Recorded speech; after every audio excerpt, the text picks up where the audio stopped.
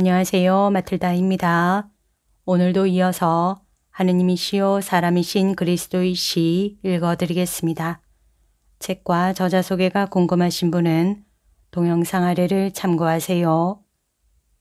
공생활 둘째 해 34장 산상설교 진복 8단 제5부 깨끗한 공기가 보통 때보다 한층 더 선명한 찬란한 아침나절이다.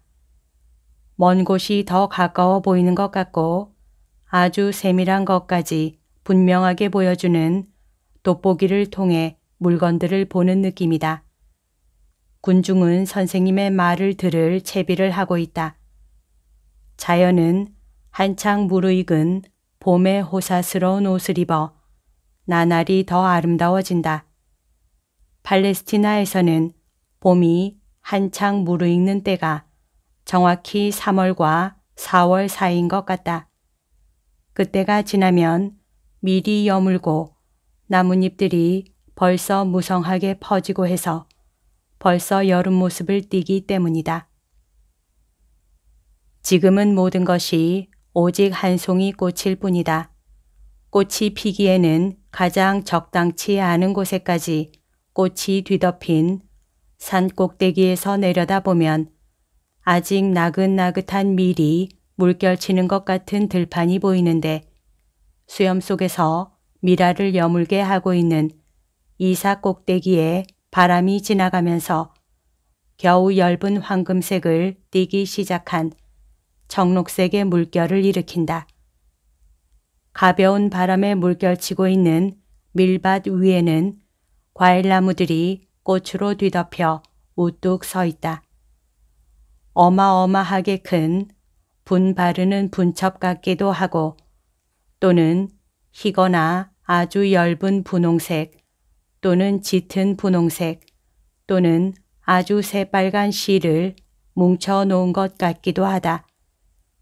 보속을 하는 고행자와 같은 옷을 입고 명상에 잠긴 것 같은 올리브 나무는 기도를 드리는데 그것들의 기도는 눈 같은 작은 흰 꽃으로 변하지만 아직은 그렇게 확실하지 않다. 헤르몬 산의 꼭대기는 분홍빛 도는 설화석고 같은데 햇빛에 반짝이고 거기에서 금강석 실 2줄기가 내려오고 있다.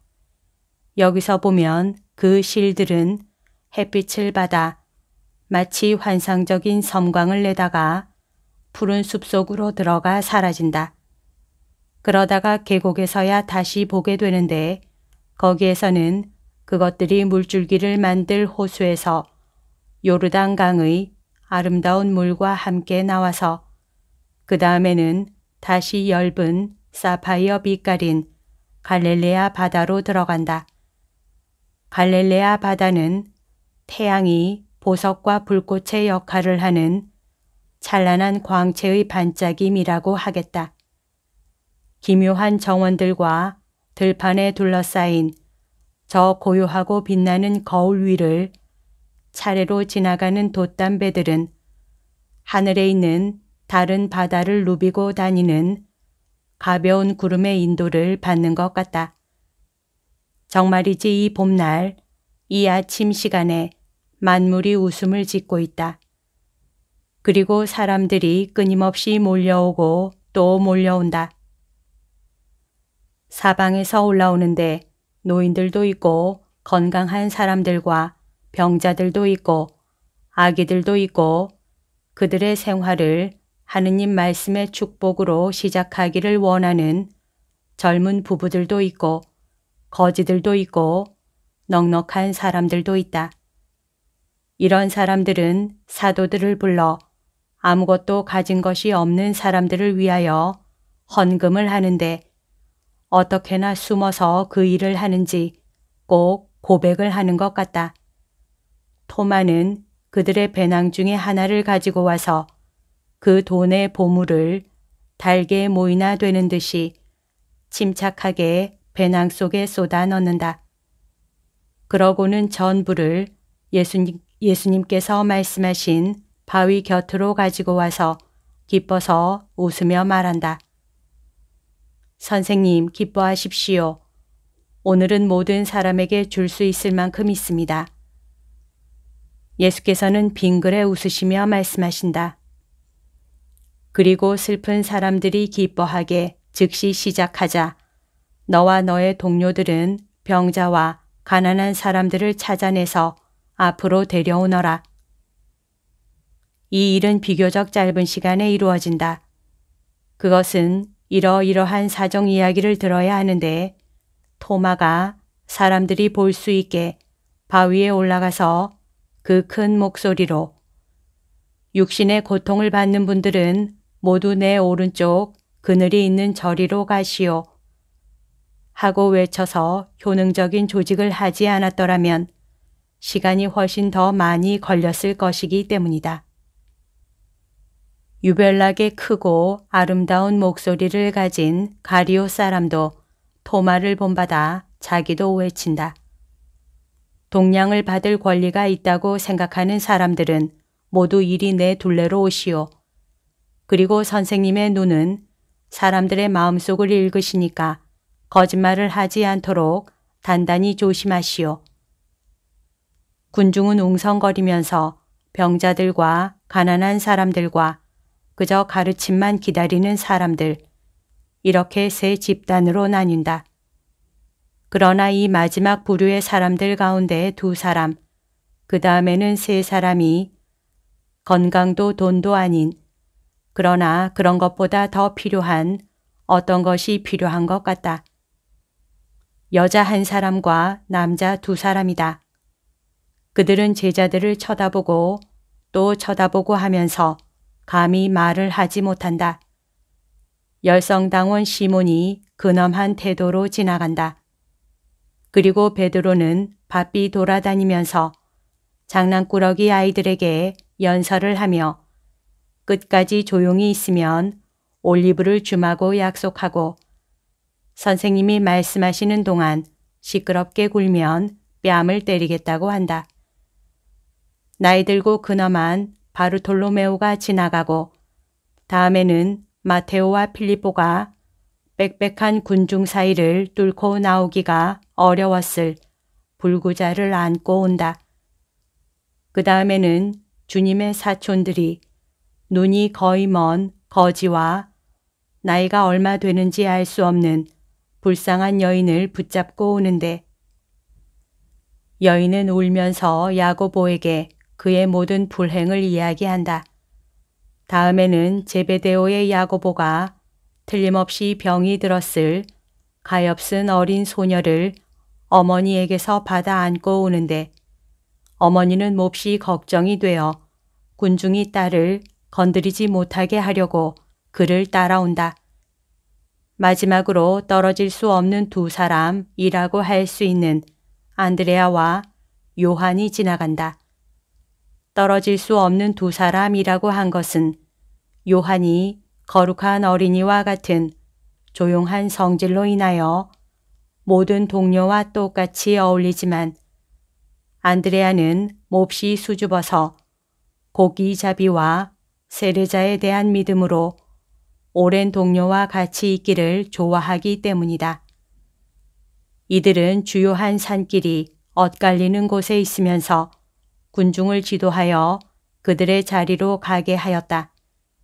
그러나 이제는 돌투성이 산길에 다른 순례자들이 보이지 않는다. 그래서 두 제자는 그들이 받은 헌금을 가지고 선생님께 가려고 합친다. 예수께서는 벌써 병자들에게로 몸을 구부리고 계신데 기적이 일어날 때마다 기쁨의 함성을 지른다. 몹시 고민하는 듯한 여인이 안드레아와 말을 하면서 웃고 있는 요한의 옷을 용기를 내서 끌어당긴다. 요한은 몸을 구부리고 아주머니 왜 그러십니까? 하고 묻는다. 선생님께 말씀드리고 싶어요. 병이 있습니까? 가난하지는 않으신데. 저는 병자도 아니고 가난하지도 않아요. 그렇지만 저는 선생님이 필요합니다. 열이 없는 병이 있고 가난하지 않은 불행이 있으니까요. 그런데 제 불행은 그러면서 여인은 운다. 안드레야, 알겠지? 이 여자는 슬픔이 있어서 선생님께 말씀드리고 싶은 거야. 어떻게 하지? 안드레아는 여인을 보면서 말한다. 틀림없이 알리기가 괴로운 일일 거야. 여인은 그렇다는 표로 머리를 끄덕거린다. 안드레아가 다시 말한다. 울지 마세요. 요한, 이 여자를 우리 천막으로 데리고 가게 선생님을 그리로 모셔갈 테니까. 그러자 요한은 빙그레 웃으면서 지나가게 비켜달라고 청하고 그동안 안드레아는 예수께로 가려고 반대 방향으로 간다. 그러나 고민하는 두 남자가 이들의 거동을 살피다가 그중 한 사람은 요한을 붙들고 또 한 사람은 안드레아를 붙잡는다. 그래서 조금 후에는 그 두 남자가 요한과 여인과 함께 천막의 벽 노릇을 하는 나뭇잎이 우거진 뒤에 가 있게 되었다. 안드레아는 예수께서 불구자를 고치시는 순간에 그리로 간다. 불구자는 목발을 전리품 모양으로 쳐들고 춤추는 사람같이 재빨리 움직이면서 축복의 말을 소리 높이 외친다. 안드레아가 목소리를 낮추어 말한다. 선생님, 우리 천막 뒤에 우는 사람 셋이 있습니다. 그러나 그것은 공표할 수 없는 마음의 고통입니다. 알았다. 나는 아직 이 여자아이와 이 여자를 돌봐야 한다. 그런 다음 가마. 그들에게 가서 믿음을 가지라고 일러라. 안드레아는 간다. 그동안 엄마가 다시 아는 여자아이를 내려다 보시며 이름이 뭐냐 하고 물으신다. 마리아. 그럼 내 이름은 뭐냐? 예수 하고 여자아이가 대답한다. 그럼 내가 누구냐? 몸과 영혼의 좋은 일을 하려고 온 주님의 메시아. 누가 그 말을 했니? 나를 살리려고 선생님에게 바라는 엄마 아빠가. 살아라. 그리고 착하게 굴어라. 여자아이는 척추를 앓는 것 같았다. 나이가 7살이 넘었는데도 손밖에 움직이지 못하고 겨드랑이에서 엉덩이 위까지 아주 단단하고 두꺼운 붕대로 칭칭 감겨 있었기 때문이다. 어머니가 붕대를 보이려고 작은 옷을 벌렸기 때문에 그것을 볼 수 있다. 여자아이는 몇 분 동안 꼼짝 안 하고 있다가 펄쩍 뛰며 엄마의 품에서 땅으로 미끄러져 내려와 무슨 병을 앓는지 알 수 없는 여자 병자를 고쳐주고 계신 예수께로 달려간다. 병자들은 모두 청이 들어졌다. 그래서 하느님의 영광이요 우리의 영광이신 다윗의 후손을 찬양하는 수많은 군중 속에서 제일 크게 외치는 것이 이 사람들이다. 예수께서 천막 쪽으로 가신다. 가리옷의 유다가 외친다. 선생님, 이 사람들은요? 예수께서는 돌아다 보시며 말씀하신다. 거기서 기다리라고 하여라. 그 사람들도 위로를 받을 것이다.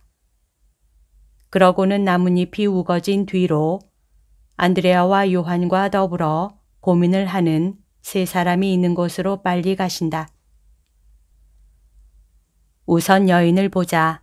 저 숲을 속으로 나를 따라오시오. 겁내지 말고 말씀하시오.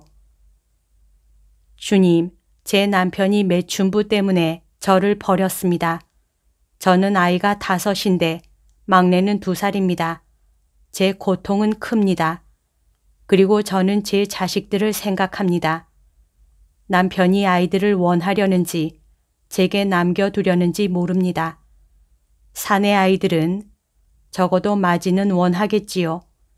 그렇지만 그 애를 세상에 낳아준 제가 그 애를 보는 기쁨을 누리지 못하게 되어야 합니까? 그리고 그 애들이 아버지와 저를 어떻게 생각하겠습니까? 저희들 중 한 사람은 나쁘게 생각할 것이 틀림없습니다. 그런데 저는 애들이 아버지를 비판하는 것은 원치 않습니다. 울지 마시오. 나는 삶과 죽음의 주제자요. 당신 남편은 그 여자와 결혼하지 않을 것입니다. 평안히 가시오. 그리고 항상 착하게 사시오. 그렇지만 주님이 그를 죽게 하지는 않으시겠지요. 오 주님, 저는 남편을 사랑합니다. 예수께서는 미소를 지으신다. 나는 아무도 죽이지 않겠습니다. 그러나 제 할 일을 할 사람이 있을 것입니다. 그러나 마귀가 하느님보다 높지 않다는 것을 아시오. 당신의 읍내로 돌아가면 악의 있는 여자가 죽임을 당했다는 것을 알게 될 것이고 당신 남편이 무엇을 할 참이었는지를 깨달아서 당신을 새로워진 사랑으로 사랑하게 될 만큼 죽임을 당했다는 것을 알게 될 것입니다. 여인은 그의 머리에 얹으신 예수의 손에 입맞춤을 하고 떠나간다. 두 남자 중에 한 사람이 온다. 주님, 저는 딸이 하나 있습니다. 그런데 불행히도 그 애가 친구들과 같이 티베리아에 갔었는데 독약을 먹은 것 같습니다. 그 애는 취한 사람처럼 되어서 돌아왔습니다. 그 애는 그리스인과 같이 가려고 했습니다. 그러다가 아니, 그 애가 왜 제게 태어났습니까? 제 어미는 화병이 났습니다. 어쩌면 그 병으로 죽을지도 모릅니다. 저는 지난 겨울에 들은 선생님의 말씀 때문에 그 애를 죽이지 않았습니다. 그렇지만 솔직히 말씀드려 제 마음은 벌써 그 애를 저주했습니다. 안 됩니다. 아버지이신 하느님께서는 이미 저지른 끈덕진 죄만 저주하십니다. 그런데 나에게서 무엇을 바라십니까? 주님께서 그 애를 뉘우치게 해주시기를 바랍니다. 나는 당신의 딸을 알지 못하고 당신의 딸이 분명히 나에게로 오지도 않는걸요. 그렇지만 주님은 멀리서도 마음을 바꾸실 수 있습니다. 누가 저를 주님께로 보냈는지 아십니까? 쿠자의 요한나입니다. 요한나가 그 고약한 그리스 사람을 아는지 물어보려고 요한나의 저택에 갔을 때 요한나는 예루살렘으로 떠나려는 참이었습니다. 저는 요한나가 티베리아에 살고 있으면서도 착하기 때문에 그 그리스 사람을 알지 못할 것으로 생각했습니다. 그렇지만 쿠자는 이방인들과 교제가 있기 때문에 요한나는 그 남자를 모릅니다. 그러나 제게 이렇게 말했습니다. 예수님을 가서 만나보세요. 예수님은 내 영을 아주 먼 곳에서 도로 불러오셨고 그렇게 불러오시는 것으로 내 폐병을 고쳐주셨어요. 예수님이 따님의 마음도 고쳐주실 것입니다. 나도 기도하겠으니 선생은 믿음을 가지세요 하고 선생님이 보시다시피 저는 믿음을 가졌습니다. 선생님, 불쌍히 여겨주십시오. 당신의 딸은 오늘 저녁이 되면 어머니 무릎에 엎드려 울면서 용서를 빌 것입니다. 당신도 어머니와 같이 친절을 베풀어 용서하시오. 과거는 죽었습니다. 그러겠습니다, 선생님. 하라시는 대로 하겠습니다. 그리고 선생님은 찬미 받으십시오. 그는 떠나려고 돌아선다. 그러다가 다시 돌아와서 말한다. 선생님, 용서하십시오. 하지만 저는 겁이 납니다. 음란은 아주 못된 마귀입니다. 선생님이 옷에 섬유를 한 가닥 주십시오. 그걸 딸의 베개 밑에 넣어 주겠습니다. 그 애가 자는 동안에 마귀가 유혹을 하지 않을 것입니다. 예수께서는 빙그레 웃으시며 머리를 저으신다. 그러나 예수께서는 당신이 더 안심하도록 그러지요. 그러나 하느님께서 내가 이렇게 되기를 원한다고 말씀하시면 다른 것이 필요 없이 마귀가 가버린다는 것을 믿으시오. 나는 당신이 이것을 내 기념품으로 간직하길 바랍니다. 하고 말씀하셔서 그를 만족시켜 주시고 당신 옷의 술에서 작은 뭉치 하나를 떼어 주신다. 셋째 사람이 나타난다. 선생님, 제 아버지는 돌아가셨습니다. 저희들은 아버지가 돈을 많이 가지고 있는 줄로 믿고 있었습니다. 그런데 저희들은 돈을 발견하지 못했습니다. 그런데 저희는 형제들끼리 먹을 것이 없지 않으니까 그것은 그저 조그마한 불청에 지나지 않을 것입니다. 그러나 제가 맞이어서 아버지를 모시고 살았는데 제 두 아우가 저더러 돈을 없앴다고 비난하면서 도둑질을 했다고 저를 걸어 소송을 하겠다고 합니다. 제 마음을 아시지요? 저는 동전 한 푼도 훔치지 않았습니다. 아버지는 돈을 작은 궤 안에 쇠로 만든 작은 상자에 넣어서 보관했었습니다. 아버지가 돌아가시자 저희들은 작은 궤를 열어보았는데 쇠로 만든 상자는 거기에 없었습니다. 아우들은 오늘 밤 우리가 자는 동안에 형이 금괴를 가져갔어 하고 말합니다. 그것은 사실이 아닙니다. 저희들 사이에 평화와 존경을 회복하도록 저를 도와주십시오. 예수께서 그를 똑바로 들여다보시며 빙그레 웃으신다. 선생님, 왜 웃으십니까? 당신 아버지가 죄인이기 때문입니다. 장난감을 누가 가져가지 못하게 감추는 어린아이와 같은 잘못이지요. 그러나 제 아버지는 인색하지 않았습니다. 정말입니다. 아버지는 자선을 베풀었습니다. 나도 그것은 압니다. 그러나 그분은 연세가 매우 높았지요. 그것은 노인들의 병입니다. 아버지는 당신들의 이익을 위해서 돈을 안전한 곳에 두고자 한 것입니다. 그런데 지나친 애정으로 당신들의 사이를 갈라놓았습니다. 그러나 철괴는 지하 창고, 계단 밑에 파묻혀 있습니다. 이 말을 하는 것은 내가 그 일을 안다는 것을 당신이 알게 하기 위해서입니다. 내가 당신에게 말하고 있는 동안 아주 우연히 당신의 막내 아우가 화가 나서 땅을 구르다가 땅이 흔들리게 해서 아우들이 금괴를 찾아낸 것입니다. 아우들은 부끄러워하며 당신을 비난한 것을 후회합니다. 안심하고 집으로 돌아가시오. 그리고 아우들에게 친절하게 구시오. 존경을 어겼다고 그들을 나무라지 마시오. 주님, 안 그러겠습니다. 저는 집에도 가지 않고 남아서 주님의 말씀을 듣겠습니다. 집에는 내일이나 가겠습니다. 그런데 아우들이 당신 돈을 빼앗아 가면 어쩌려고요? 선생님은 탐욕을 가지지 말라고 말씀하셨지요.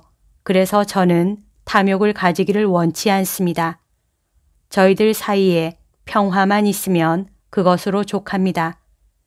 그뿐 아니라 저는 그 철괴에 무엇이 들어있는지 몰랐었으니 부정확한 고백을 할까봐 걱정은 하지 않겠습니다. 저는 그 돈을 잃을 수도 있었다고 생각합니다. 아우들이 그 돈을 제게 주기를 거절하면 전에 살아온 대로 지금도 계속 살겠습니다. 아우들이 저를 도둑이라고 부르지 않기만 하면 제게는 그것으로 충분합니다. 당신은 하느님의 길에 매우 많이 나아갔습니다. 그대로 계속하시오. 그리고 평화가 당신과 함께 있기를 바랍니다. 그래서 그 사람도 만족해서 간다. 예수께서는 군중에게로 가난한 사람들에게로 돌아가셔서 좋다고 판단하시는 대로 돈을 나누어 주신다. 이제는 모든 사람이 만족한다. 그래서 예수께서는 말씀을 하실 수가 있다. 평화가 여러분과 함께 있기를. 내가 여러분에게 주님의 길을 설명하는 것은 여러분이 그 길을 가라고 그러는 것입니다. 여러분은 오른쪽으로 내려가는 길과 왼쪽으로 내려가는 길을 동시에 갈 수 있겠습니까? 그렇게 할 수 없을 것입니다. 한쪽 길로 가면 다른 쪽 길을 버려야 하니까요.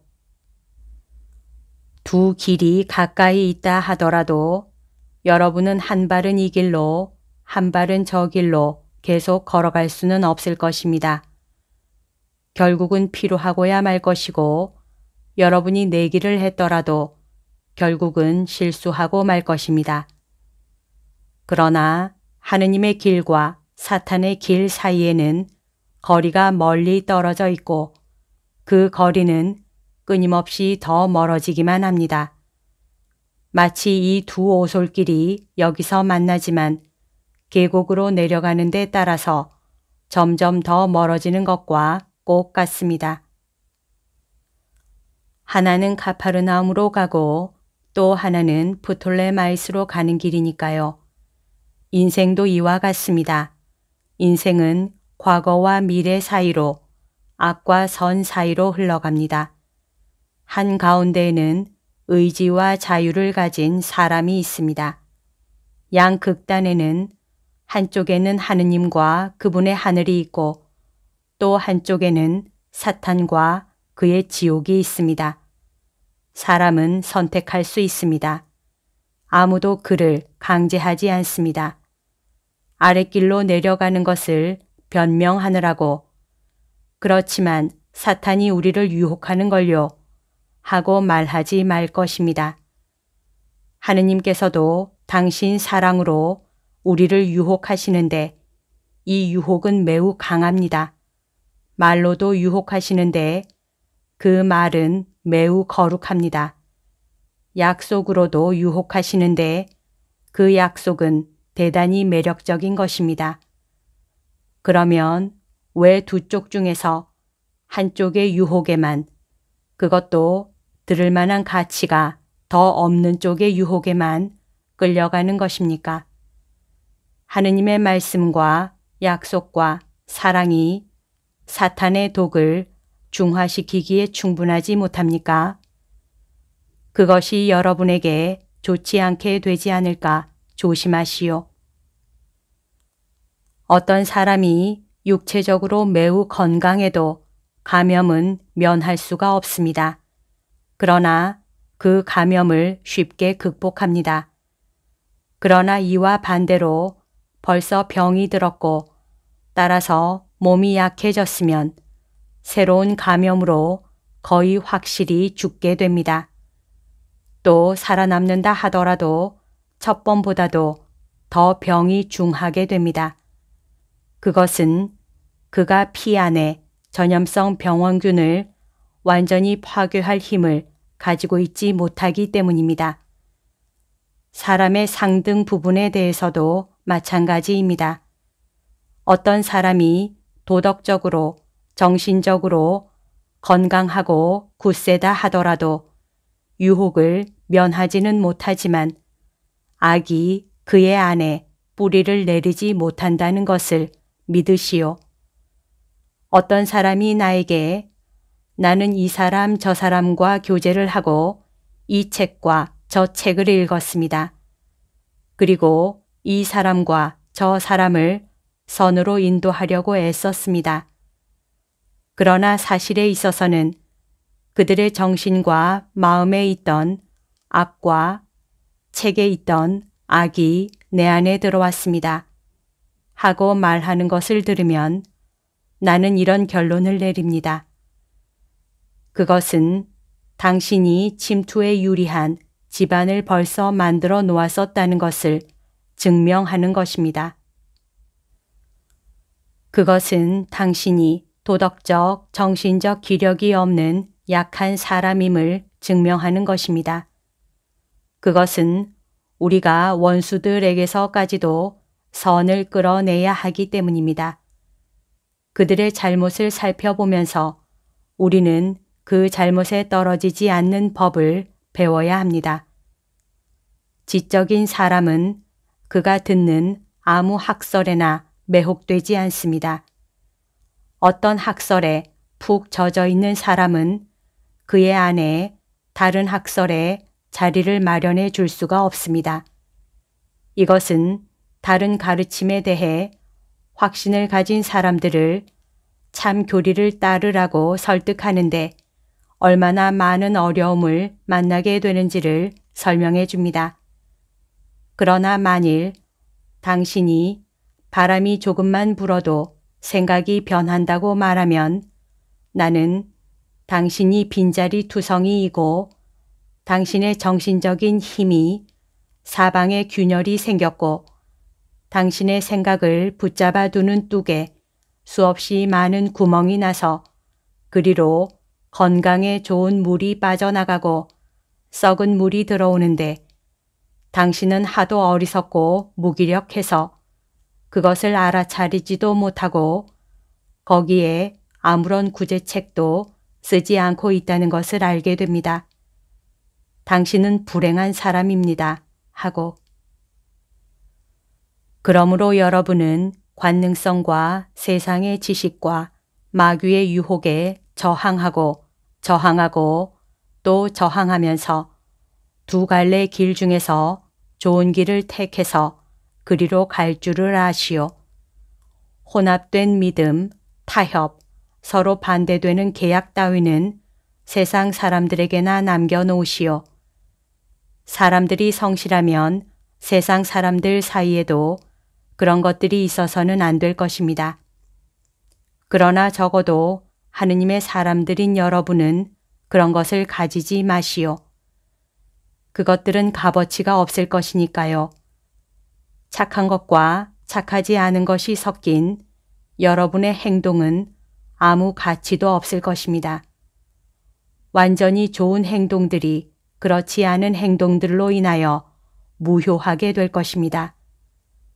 나쁜 행동들은 여러분을 직접 원수의 손에 떨어지게 할 것입니다. 그러므로 그것을 행하지 마시오. 그러지 말고 성실하게 섬기시오. 아무도 생각이 다른 두 주인을 섬길 수는 없습니다. 한 편은 사랑하고 다른 편은 미워할 것이고 한 편은 미워하고 다른 편은 사랑할 것입니다. 여러분은 똑같이 하느님과 만몬의 사람이 될 수가 없습니다. 하느님의 정신은 세상의 정신과 타협할 수가 없습니다. 하나는 올라가고 하나는 내려갑니다. 하나는 거룩하게 하고 또 하나는 타락시킵니다. 만일 여러분이 타락했으면 어떻게 깨끗하게 행동할 수 있습니까? 타락한 사람들 안에서는 관능성이 흥분하고 관능성에 따라서 다른 욕망들도 흥분합니다. 여러분은 하와가 어떻게 타락했는지 그리고 하와를 통해서 아담이 어떻게 타락했는지를 벌써 알고 있습니다. 사탄이 여자의 눈에 입맞춤을 하고 지독히 홀려서 그때까지는 무엇이든지 깨끗하게 보이던 것이 여자에게는 더러운 모습으로 비치게 되었고 이상한 호기심을 불러일으켰습니다. 그러고 나서 사탄은 귀에 입맞춤을 해서 지금까지 알지 못했던 지식, 즉 그의 지식의 말이 들리게 했습니다. 하와의 생각까지도 필요치 않은 것을 알고자 했습니다. 그런 다음 사탄은 악의 눈이 뜬 눈과 생각에 그것들이 처음에는 보지 못하고 깨닫지도 못했던 것을 보여주었고 이렇게 해서 하와에게는 모든 것이 눈을 뜨고 타락했습니다. 그리고 여자는 남자에게 가서 그의 비밀을 털어놓고 보기에 대단히 아름다운 그때까지 금지되었던 새 과일을 맛보라고 아담을 설득했습니다. 그리고 하와는 아담에게 입을 맞추고 벌써 사탄의 혼미가 들어있는 입과 눈으로 아담을 쳐다보았습니다. 그러자 아담에게로 타락이 스며들어가 그의 눈은 금지된 과일을 보고 탐했습니다. 아담은 여자 동무와 같이 과일을 깨물었고 그래서 까마득한 높이에서 진흙 속으로 떨어졌습니다.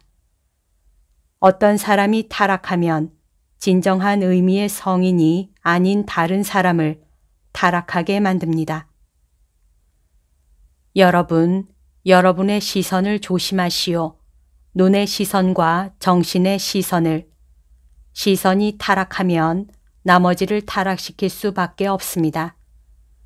눈은 몸의 빛이고 여러분의 생각은 마음의 빛입니다. 그러나 만일 여러분의 눈이 깨끗하지 않으면 여러분 안의 모든 것이 흐려질 것이고 유혹의 망상이 여러분 안에 부정한 상상들을 만들어 놓을 것입니다. 기관이 생각에 복종하는 결과로 타락한 생각이 관능을 타락시키기 때문입니다. 생각이 깨끗한 사람은 모든 것이 깨끗합니다. 깨끗한 생각은 깨끗한 시선을 가지게 하고 하느님의 빛은 관능이 방해를 하지 않는 곳에 내려와서 주인 노릇을 합니다. 그러나 만일 여러분이 나쁜 의지로 눈이 흐린 것을 보도록 습관을 들여놓으면 여러분 안에 있는 모든 것이 어두움이 될 것입니다. 여러분이 가장 거룩한 것들을 보아도 소용없을 것입니다. 밤에는 어두움밖에 없을 것이고 여러분은 어둠의 일을 할 것입니다. 그러므로 하느님의 자식인 여러분, 여러분 자신에 대하여 여러분을 보호하시오. 모든 유혹을 주의 깊게 스스로 경계하시오. 유혹을 당하는 것은 죄가 아닙니다. 투기자는 투쟁으로 승리를 준비합니다. 그러나 훈련을 하지 않고 조심을 하지 않은 탓으로 지는 것은 악입니다. 모든 것이 유혹에 쓰인다는 것을 나는 압니다. 금지는 신경질 나게 한다는 것도 압니다. 싸움을 하면 기진맥진 한다는 것도 압니다. 그러나 자, 이런 것들이 여러분에게 무엇을 마련해 주는지를 생각하시오. 그런데 여러분은 어떤 종류의 것이든지 1시간 동안의 쾌락을 위해서 영원한 평화를 잃고자 하겠습니까? 육체와 황금과 생각의 쾌락이 여러분에게 남겨주는 것이 무엇입니까? 아무것도 없습니다. 그것들을 물리침으로써 얻는 것은 무엇입니까? 모든 것입니다. 나는 죄인들에게 말하고 있습니다. 사람은 누구나 죄인이니까요. 그러면 정말 나에게 말해보시오.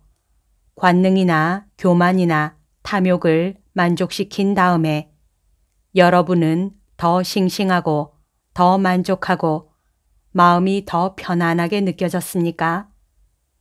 만족에 뒤따르는 시간은 언제나 곰곰이 생각하는 시간인데 그때 여러분은 사실상 진정으로 행복하다고 느꼈습니까? 나는 이 관능성의 빵을 맛보지 않았습니다. 그러나 나는 여러분에게 이렇게 대답합니다. 아니요. 쇠퇴와 불만과 불안과 구역질과 공포와 혼란을 느꼈습니다. 이것이 1시간의 쾌락이 여러분에게 마련해 준 국물이었습니다. 그렇지만 제발 부탁입니다. 이런 일은 결코 하지 마시오 하고 말할 때 나는 또 여러분에게 이렇게도 말합니다. 실수하는 사람들에게 결코 냉혹하게 굴지 마시오 하고 여러분은 모두가 같은 육체로 되어 있고 같은 영혼을 가진 형제들이라는 것을 기억하시오. 어떤 사람은 죄 짓도록 이끌어가는 원인이 많다는 것을 생각하시오. 죄인들을 자비롭게 대하고 친절하게 그들을 일으키고 그들이 걸어간 길에는 육체와 생각과 정신에 대한 위험이 가득 차 있다는 것을 지적하면서 그들을 하느님께로 데려오시오. 이렇게 하시오. 그러면 거기에 대해서 큰 상을 받을 것입니다. 하늘에 계신 아버지께서는 착한 사람들에게 자비로우시고 100배로 갚아 주실 줄을 아시기 때문입니다. 그러므로 나는 여러분에게 이렇게 말합니다.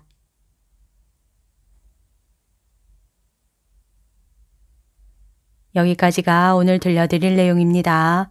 오늘도 하느님의 뜻 안에서 서로 사랑하는 하루 보냅시다. 사랑합니다. 축복합니다.